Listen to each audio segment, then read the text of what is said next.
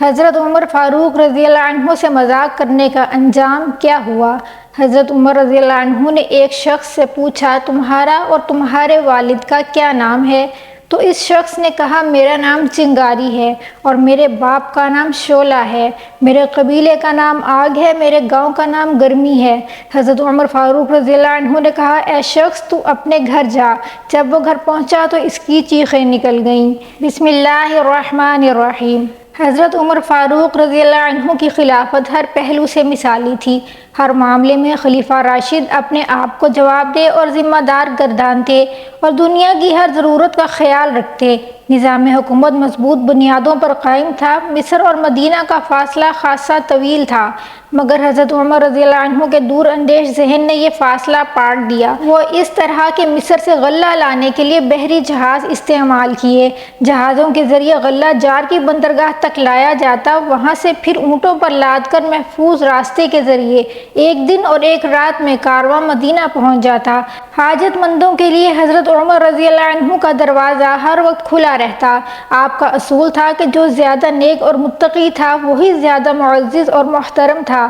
جس نے اعمال خیر اور جہاد اسلامی میں زیادہ خدمات سر انجام دی تھیں وہی دوسروں پر فوقیت رکھتا تھا۔ اس کے علاوہ کوئی دوسرا معیار نہ تھا جس سے لوگوں کا مرتبہ متعین کیا جاتا۔ جب حقداروں میں ان کا حق نہ ملے اور صاحب استحقاق کے مقابلے میں بااثر لوگوں کو ترجیح دی جائے تو فساد پھیل جانا فطری بات ہے۔ حکمران اگر یہ اصول پیش نظر رکھیں کہ جس شخص نے امت کے لیے زیادہ قابل قدر خدمات سر انجام دی ہیں اسی کی عزت افزائی اور قدر کی جائے تو اس سے بہت صحت مند رجحان اور معاشرہ پروان چڑھتا ہے۔ جریر بن حازم بن حسن سے مروی ہے، کچھ لوگ امیر المومنین عمر بن خطاب رضی اللہ عنہ کے دروازے پر آئے۔ ان میں اصحاب بدر بھی تھے اور شیخ قریش بھی۔ ان لوگوں نے اندر آنے کی اجازت مانگی۔ اصحاب بدر میں سے صہیب، خباب، عمار اور بلال کو اندر آنے کی اجازت مل گئی، جبکہ ابو سفیان، حارث بن ہشام اور سہیل بن عمر کو باہر انتظار کرنا پڑا۔ یہ سبھی بزرگ فتح مکہ کے بعد مسلمان ہوئے تھے۔ اس صورتحال کو دیکھ کر ابو سفیان نے کہا، آج کے دن سے زیادہ میں نے اپنی بے قدری کبھی نہ دیکھی تھی۔ رؤسائے قریش باہر بیٹھے ہیں اور غلاموں کو اندر بلا لیا گیا ہے۔ یہ سن کر سہیل بن عمر نے کہا، اے سرداران قریش، میں نے آپ کے چہروں پر ناراضگی کے آثار دیکھے ہیں۔ اگر غصہ کرنا ہے تو اپنے آپ پر کریں۔ سارے لوگوں کے سامنے اسلام کی دعوت پیش کی گئی اور آپ کو بھی مخاطب کیا گیا تھا۔ وہ لوگ جلدی سے آگے بڑھے اور اسلام لانے میں سبقت لے گئے اور آپ پیچھے رہ گئے۔ آپ کو اس دروازے سے ان کا پہلے داخل ہونا ناگوار گزر رہا ہے۔ خدا کی قسم یہ تو کوئی بات نہیں، وہ تو اپنے ذات کی بلندی میں آپ سے اتنے آگے بڑھ گئے ہیں کہ اگر آپ کو اس کا احساس ہو جائے تو اپنی محرومی پر کف افسوس ملتے رہ جائیں۔ پھر مزید کہا کہ اے لوگو، یہ سب اللہ کی راہ میں جہاد اور سبقت اسلام کی وجہ سے آپ سے آگے بڑھ گئے۔ اب آپ کے لیے ایک ہی راستہ ہے کہ تلافی کر سکیں اور وہ جہاد کا راستہ ہے۔ شاید اللہ تعالیٰ آپ کو شہادت کا رتبہ عطا کر کے آپ کی درجات بلند فرما دے۔ حضرت سہیل اس کے بعد اسلامی لشکروں کے ساتھ شام میں جا شامل ہوئے اور میدان جہاد میں شہادت پائی۔ حضرت عمر بطور حاکم اپنے فرائض کی ادائیگی میں سرگرم عمل رہتے تھے۔ بہت سے نیک نفس حکمران اور بھی ہیں جو اپنی ذمہ داریوں کی ادائیگی کا اہتمام کرتے تھے، مگر حضرت عمر کا اس معاملے میں کمال یہ ہے کہ وہ ان فرائض کی ادائیگی میں لطف محسوس کرتے تھے۔ انہوں نے خلافت کا بھاری بوجھ اٹھایا اور اس کا حق ادا کر دیا۔ اس بوجھ کے باوجود وہ دوسروں کا بوجھ کم کرنے اور اپنے اوپر زیادہ بوجھ لادنے کی فکر میں رہتے تھے۔ حقداروں کو ان کے پاس پہنچ کر حق ادا کیا کرتے۔ وہ راتوں کو گلی کوچوں میں گھوم پھر کر لوگوں کے حالات معلوم کرتے اور ان کی ضروریات پوری کرنے کے لیے اپنے کندھوں پر بوجھ اٹھایا کرتے تھے۔ ایک مرتبہ حضرت عمر خود رجسٹر اٹھائے بنو خزاعیہ کے پاس قدید پہنچے اور ان کے وظیفے انہیں دیتے ہوئے فرمایا، یہ ان کا حق ہے، انہیں اپنا یہ حق وصول کر کے اتنی خوشی نہیں ہوئی ہوگی جتنی مجھے ادا کر کے ہو رہی ہے۔ ایک دن امیر المومنین حضرت عمر فاروق رضی اللہ عنہ نے ایک شخص سے دریافت کیا کہ تمہارا اور تمہارے والد کا نام اور پتہ کیا ہے؟ تو اس شخص نے کہا، میرا نام جمرہ یعنی چنگاری ہے اور میرے والد کا نام شہاب یعنی شعلہ ہے اور میرے قبیلے کا نام حرقہ یعنی آگ ہے اور میرے گاؤں گاؤں کا نام گرمی ہے۔ آپ نے پوچھا کہ گرمی والا گاؤں کہاں ہے؟ تو اس شخص نے کہا شعلہ والی جگہ پر۔ یہ سب سننے کے بعد حضرت عمر فاروق رضی اللہ عنہ نے فرمایا، اے شخص اپنے گھر جا اور گھر والوں کی خبر لے کہ تیرے سب گھر والے آگ میں جل کر مر چکے ہیں اور تیرا گھر جل کر تباہ و برباد ہو چکا ہے۔ وہ شخص گھر گیا تو دیکھا کہ واقعی گھر میں آگ لگی ہوئی ہے اور گھر کے تمام لوگ جل کر مر چکے ہیں۔ اللہ تعالیٰ نے عمر فاروق رضی اللہ عنہ کی بات کو سچ فرما دیا کہ وہ شخص اپنے الفاظ سے عمر فاروق رضی اللہ عنہ کی شان میں گستاخی کر رہا تھا تو اس کا انجام برا ہو گیا۔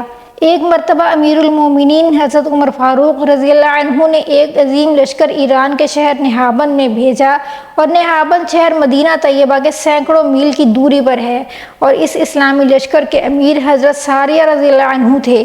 امیر المومنین حضرت عمر فاروق رضی اللہ عنہ ایک دن مدینہ طیبہ کی مسجد نبوی میں جمعہ کا خطبہ دے رہے تھے۔ امیر المومنین رضی اللہ عنہ نے خطبے کے دوران ہی 3 مرتبہ ارشاد فرمایا کہ یا ساریۃ الجبل، یا ساریۃ الجبل، یعنی اے ساریہ پہاڑ کی طرف دیکھو، اے ساریہ پہاڑ کی طرف دیکھو، اے ساریہ پہاڑ کی طرف دیکھو۔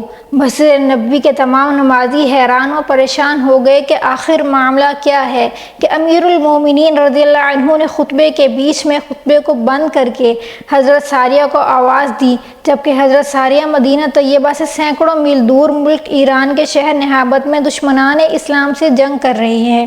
کچھ عرصے کے بعد نہابند سے قاصد آیا۔